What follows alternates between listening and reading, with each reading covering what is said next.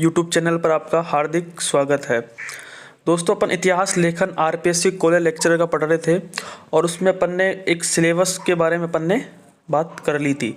अब दोस्तों मैं बात करूंगा कि एक इतिहासकार है जो काफ़ी इन्होंने इतिहास के अंदर एक उनकी वैज्ञानिक इतिहास यानी उनका जो वैज्ञानिक इतिहास है वहाँ से स्टार्ट होता है। तो मैं बात कर रहा हूँ लियोपोल्ड वॉन रैंके। दोस्तों स्टार्ट करते हैं। सबसे पहले इनका जो काल रहा था 1795 से 1886 ईस्वी के बीच इनका काल रहा था। अब इसके अंदर अपन दोस्तों क्या क्या पढ़ेंगे। सबसे पहला है इतिहास लेखन की बर्लिन क्रांति, जीवन परिचय, रैंकियन पद्धति, बुक्स, विशेषताएं और इनका मूल्यांकन, यानी 6-7 चीज़ें हैं वो इनके अपन पढ़ेंगे। सबसे पहले दोस्तों अपन देखेंगे कि इतिहास लेखन की बर्लिन क्रांति। हेरोडोटस और थ्यूसिडाइडिस दो व्यक्ति थे जिन्होंने साहित्य व दर्शन शास्त्र की शाखा माना। फिर जैसे ही 19वीं शताब्दी आई और 19वीं शताब्दी के अंदर अपन देखते हैं कि विज्ञान की सदी आई और इस विज्ञान की सदी ने ही इतिहास का क्या किया, समीक्षात्मक दृष्टिकोण अपनाया। यानी हेरोडोटस और थ्यूसिडाइडिस इन्होंने साहित्य और दर्शन शास्त्र की शाखा थी। जैसे 19वीं सदी आई तो इन्होंने विज्ञान की सदी माना और जैसे ही विज्ञान की सदी आई उसे इतिहास का समीक्षात्मक दृष्टिकोण माना। इस समय इतिहास में 3 कमियां थी। पहली चीज़ कि कमियों के साथ पहली है समय के साथ विचार परिवर्तन की अनभिज्ञता। यानी जैसे जैसे समय बीत रहा था तो विचार थे उस समय तो अनभिज्ञता इनके अंदर हो रही थी। यानी मध्य युग के मनुष्यों का अध्ययन उनके समय व परिस्थिति के अनुसार करना चाहिए। तो 3 कमियां थी इतिहास की कि इसके अंदर। पहली कौन सी थी कि समय के साथ विचारों का परिवर्तन भी होना चाहिए। इनके अंदर ये क्या थी, अनभिज्ञता थी, इनके अंदर इनकी पहचान नहीं थी। सेकेंड है कि आरंभिक स्रोतों की कमी थी क्योंकि इनके पास स्रोत नहीं थे शुरुआत में। थर्ड है इतिहास अध्ययन की संगठित व्यवस्थापन पद्धति की कमी थी इनके अंदर। यानी इतिहास जो अध्ययन है उनकी संगठित जो व्यवस्थापन पद्धति है उनके अंदर क्या कहती है, इनके अंदर कमी थी। तो 1810 के अंदर बर्लिन यूनिवर्सिटी स्थापित हुई और जैसे ही बर्लिन यूनिवर्सिटी स्थापित हुई तो एक इतिहासकार थे काफ़ी फेमस, बहुत बड़े, लियोपोल्ड वॉन रैंके के गुरु बार्थोल्ड निमूर, जो कि डेनमार्क के रहने वाले थे और जो बर्लिन यूनिवर्सिटी में नियुक्त किए गए थे। उनकी 2 उपलब्धियां इसके अंदर मानी जाती है। कौन कौन सी उपलब्धियां हैं? पहली दोस्तों इन्होंने क्या किया कि पहला कि प्रत्येक राष्ट्र का इतिहास उसकी संस्थाओं, वर्गों व रीति रिवाजों के आधार पर लिखना चाहिए। इन्होंने बताया कि कोई सा भी इतिहास लिखो, किसी भी राष्ट्र का इतिहास लिखो, उसके अंदर सबसे पहले संस्थाओं, वर्गों व रीति रिवाजों के आधार पर लिखना चाहिए। पहली बात तो इन्होंने ये बताया। सेकंड इन्होंने बताया कि रोम इतिहास स्रोतों की समीक्षा की। जो रोम का इतिहास है उनकी क्या की, इन्होंने स्रोतों की समीक्षा की। फिर निमूर शब्द शास्त्र के काफ़ी अच्छे ज्ञाता थे। वह 20 से अधिक इनके अंदर भाषाओं का ज्ञान था। यानी काफ़ी अच्छी जो भाषाएं थी उनके अंदर इनकी पकड़ थी निमूर की, और शब्द शास्त्रों का इनके अंदर ज्ञान था कंप्लीट। इन्होंने 2 कार्य किए महत्वपूर्ण। पहला था स्रोतों का विश्लेषण और सेकंड था स्रोतों की आंतरिक व्याख्या। इन दोनों ने इन्होंने व्याख्या की, यानी स्रोतों का विश्लेषण किया, साथ में स्रोतों की आंतरिक व्याख्या की। निमूर ने इससे साबित किया कि लिवी के लेखन में हिस्ट्री ऑफ रोम का आरंभिक भाग कारमीना पर आधारित है। ठीक है, इन्होंने बताया कि जो लिवी का जो लेखन है वो इन्होंने लिखा था एक हिस्ट्री ऑफ रोम, जो कि वो लिखा जो उसका आरंभिक भाग है और कारमीना यानी लोकगीत पर आधारित है, जबकि बाद वाला इतिहास वैज्ञानिक है। यानी इन्होंने वैज्ञानिक इतिहास की इन्होंने बात करी, ना कि लोकगीत की इन्होंने बात की। निमूर ने हिस्ट्री ऑफ रोम को विज्ञान का कार्य बताया, न कि कला का। किसने बताया? निमूर ने हिस्ट्री ऑफ रोम को विज्ञान का कार्य बताया, न कि कला का। फिर निमूर साहब कहते हैं कि मैंने जानबूझकर या बिना समझदारी के खोज किए ऐसा कुछ नहीं लिखा जो सत्य नहीं है। यानी इन्होंने बताया कि मैंने जानबूझकर या बिना ईमानदारी के खोज किए ऐसा कुछ भी नहीं लिखा जो सत्य नहीं है। यानी मैंने जो लिखा वो क्या है, सत्य लिखा है, मैंने सत्य पर आधारित मैंने काम किया है। नेक्स्ट है निमूर के तथ्याधारित जो लेखन है दोस्तों, ये सबसे इंपॉर्टेंट। ठीक है, तथ्य आधारित लेखन प्रणाली को ही बर्लिन क्रांति कहते हैं और जो बर्लिन क्रांति है, ठीक है, जो बर्लिन क्रांति किसे कहते हैं कि जो तथ्य आधारित इन्होंने जो लेखन प्रणाली की, इसी को ही बर्लिन क्रांति कहा जाता है। ठीक है, ये सबसे इम्पोर्टेंट चीज़ है कि इन्होंने किस पर जोर दिया, तो तथ्य आधारित लेखन प्रणाली पर। और इसको जो हाई पीक पर जिस बंदे ने पहुंचाया वो था लियोपोल्ड वॉन रांके, जो कि निमूर का शिष्य था।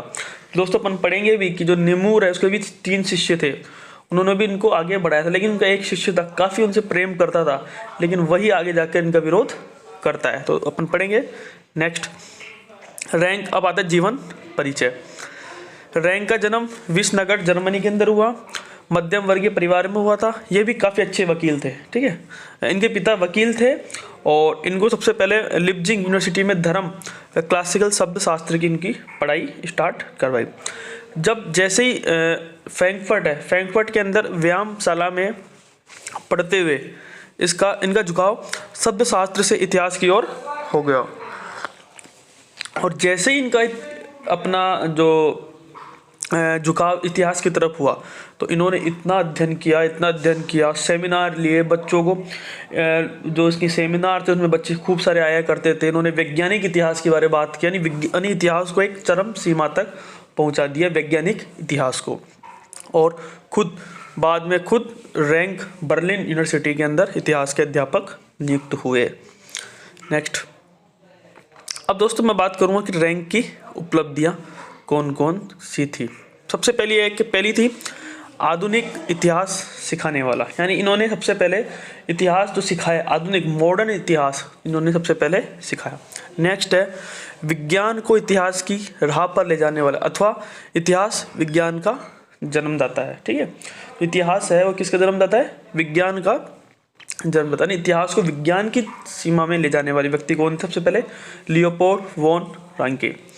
तीसरी बताइए कि इतिहास में आत्मपरकता के स्थान पर यानी ऑब्जेक्टिविटी को महत्व इन्होंने दिया। ठीक है, वस्तुनिष्ठता को उन्होंने क्या दिया, महत्व दिया। और चौथा लिखा कि मैं इतिहासकार पहले बाद में ईसाई, यानी पहले मैं इतिहासकार हूँ और बाद में क्या हूँ, मैं ईसाई हूँ। यानी धर्म, यानी इन्होंने खुद को धार्मिक व्यक्ति को भी खुद को भी बाद में जोड़ा, यानी पहले इन्होंने बताया कि मैं पहले क्या हूँ, एक इतिहासकार हूँ। अब क्या क्या हुआ देखते हैं। सबसे पहले रैंकियन पद्धति कैसे आगे बढ़ी। ठीक है, सबसे पहले अपन देखते हैं कि वोल्टेयर है, वोल्टेयर को इतिहास दर्शन के जन्मदाता इनको माना जाता है। ठीक, अब जैसे हीगल आया तो हीगल ने आके विचारों की प्रतिष्ठा बढ़ाई, यानी विवेक की प्रतिष्ठा दी, यानी चेतना की जो है वो उन्होंने आगे बढ़ाया। जबकि कार्ल मार्क्स आर्थिक संसाधनों की बात करता है, भौतिकवाद की बात करता है। ठीक है, और जबकि हीगल हम देखते हैं विचारों की बात करता है।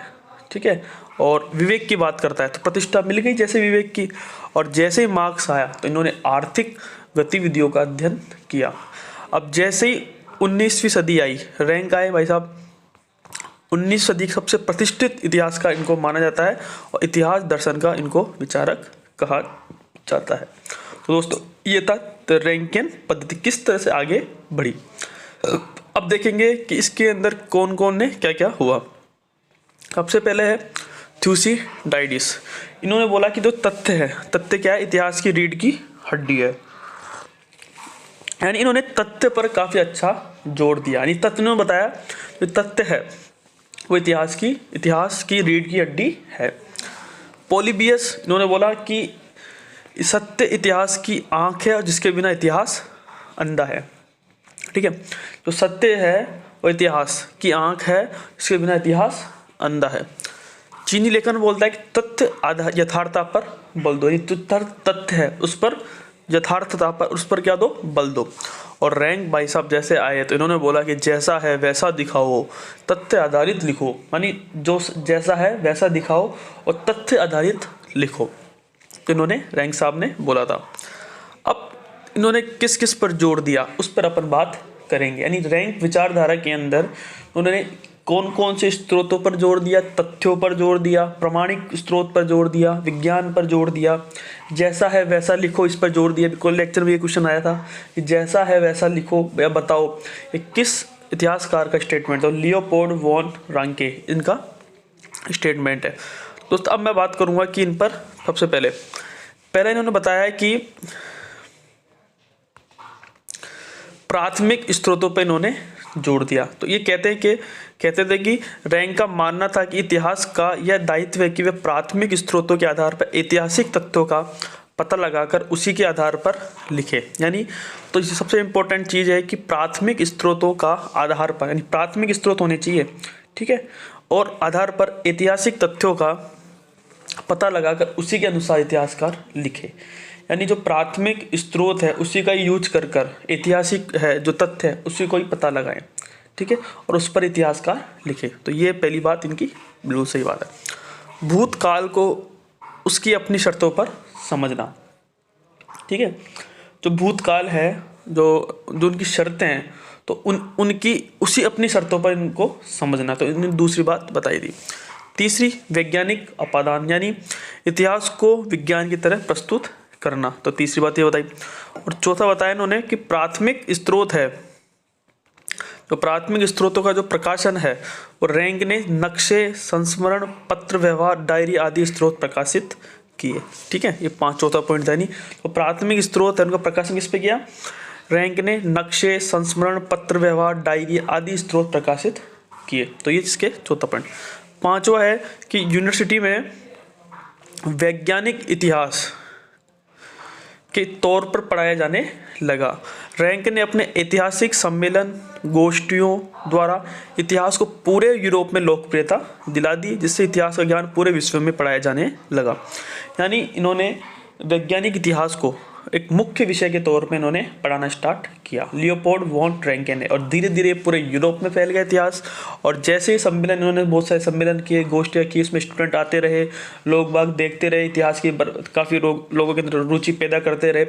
धीरे धीरे करके इन्होंने तथ्यों को समेटना स्टार्ट किया। और जैसे तथ्य धीरे धीरे आने लग गए तो उन्होंने एक आधुनिक विज्ञान का इनको एक मसीहा कहा जाता है इतिहास के रूप में। फिर दोस्तों अपन देखेंगे कि कुछ जर्नल थे, उन्होंने क्या क्या किया। सबसे पहले इन्होंने लिखा है द हिस्टोरिकल जर्नल 1859 ईस्वी के अंदर। इन्होंने बताया कि रैंक द्वारा स्थापना व इसका फर्स्ट संपादक इन्होंने ये खुद बने हैं। तो क्वेश्चन पूछ सकता है द हिस्टोरिकल जर्नल 1859 किसके द्वारा लिखा है? तो लियोपोल्ड वॉन रैंके, ठीक है।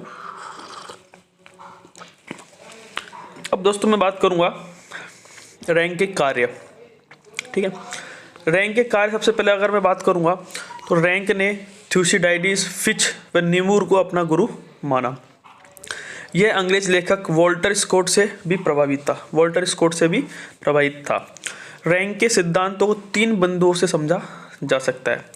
अब देखते दोस्तों कौन कौन से बिंदु है। सबसे पहले अगर मैं बात करूंगा तो इतिहासकार का कार्य अतीत की व्याख्या व वर्तमान को शिक्षा देना नहीं अपितु अतीत की घटनाओं को सामने लाना होता है, ठीक है। इतिहासकार का जो कार्य होता है वो अतीत की व्याख्या व वर्तमान को शिक्षा देना नहीं अपितु अतीत की घटना को सामने लाना होता है। इतिहासकार का ये सबसे प्रमुख कार्य है, जो अतीत की जो घटना है उसको क्या लाओ, सामने लाओ। नेक्स्ट, इतिहास की प्रत्येक घटना इतिहासकार के लिए समान रूप से महत्वपूर्ण है, ठीक है।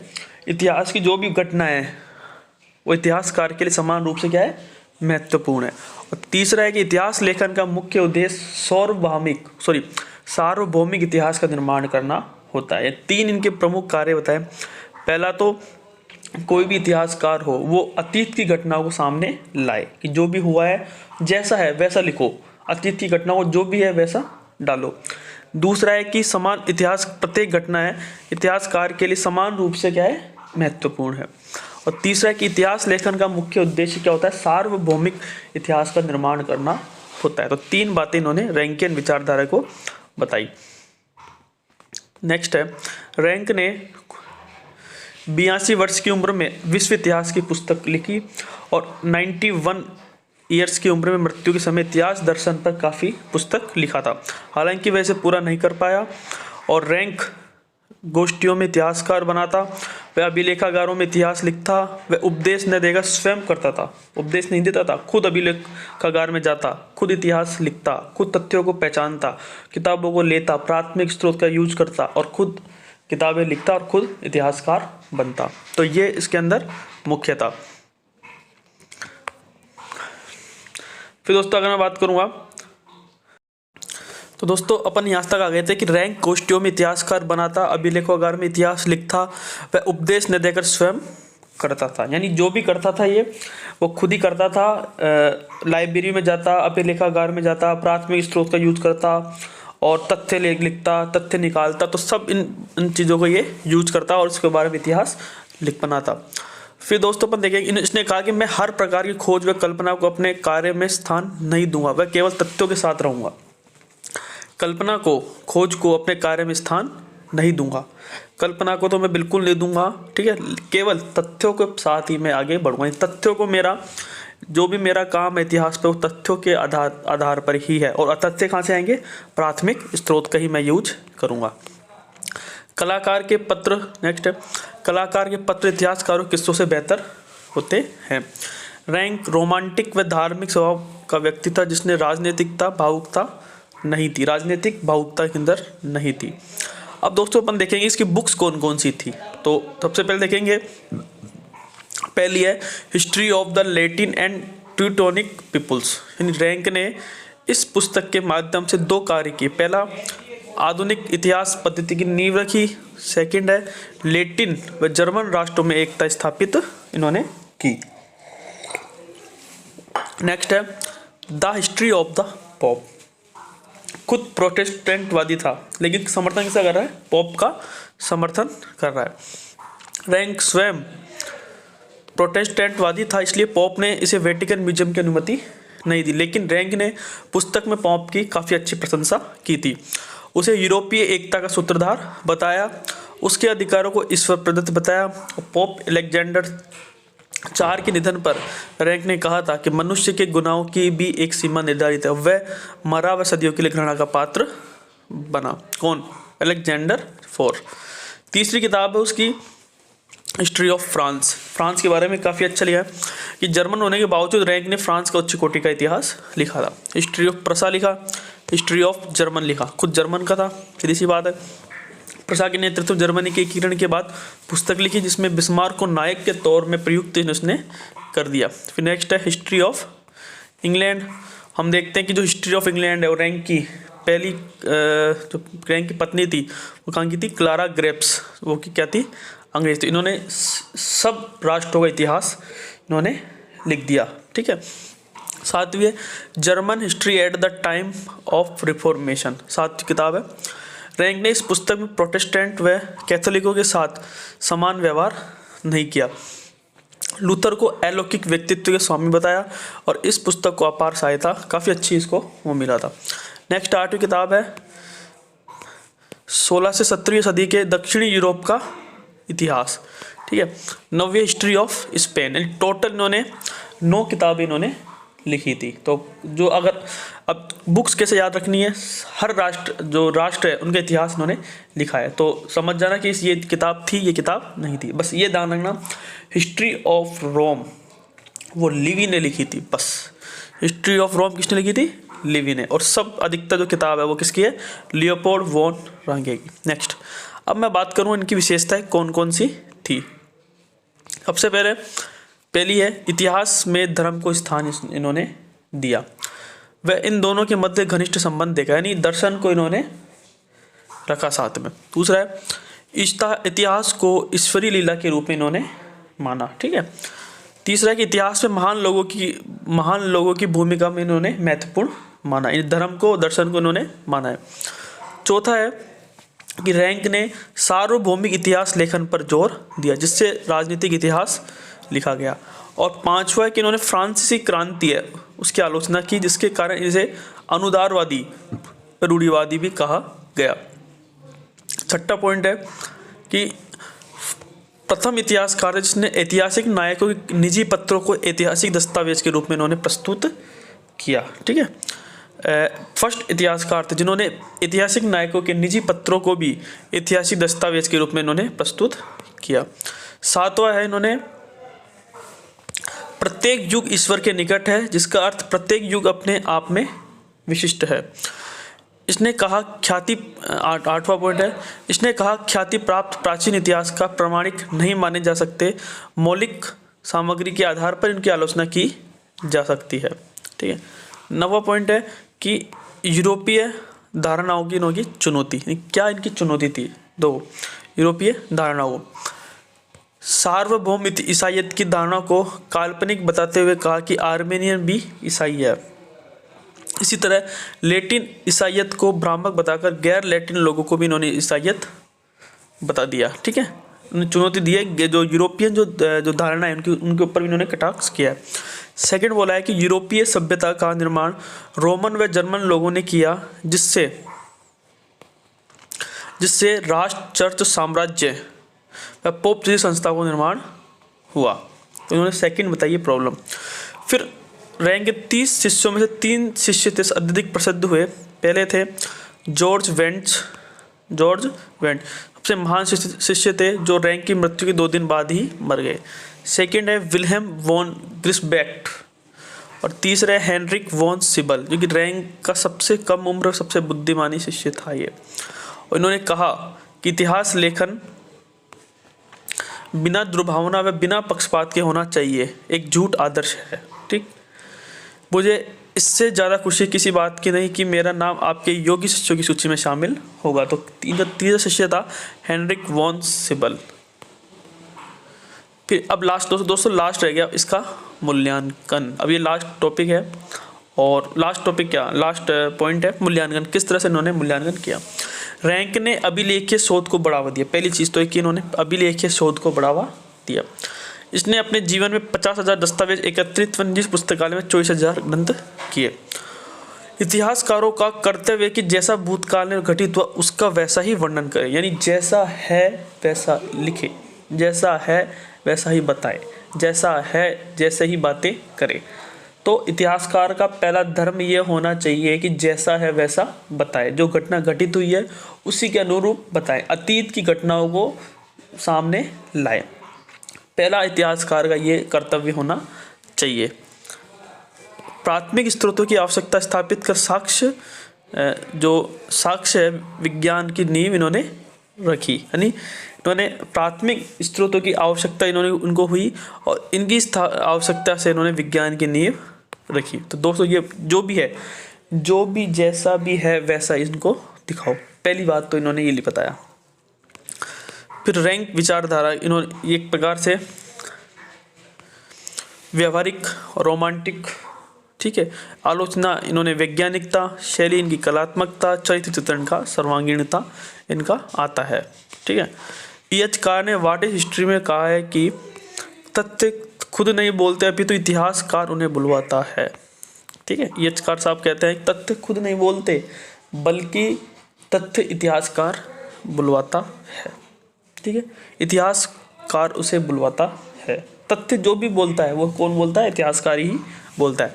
दोस्तों ये था कंप्लीट लियोपोल्ड वॉन रैंके, और जो भी इसके अंदर जो भी अपन देखेंगे कॉलेज लेक्चर में इसमें से कौन कौन से टॉपिक क्वेश्चन आए हुए हैं, और मुझे मेरा पूरा विश्वास है कि इसमें से पूरा सिलेबस मतलब जो भी मैंने पढ़ाया है वो आपको इसके अंदर कंप्लीट मिल जाएगा। और दोस्तों चैनल को सब्सक्राइब करिए, लाइक करिए, लोगों तक आगे तक पहुँचाए, क्योंकि मैंने इसको 45 दिन के अंदर इस कॉलेज लेक्चर के सिलेबस को मतलब ये इतिहास दर्शन को कंप्लीट कराने की कोशिश करूँगा। ठीक है, ओके, थैंक यू, धन्यवाद।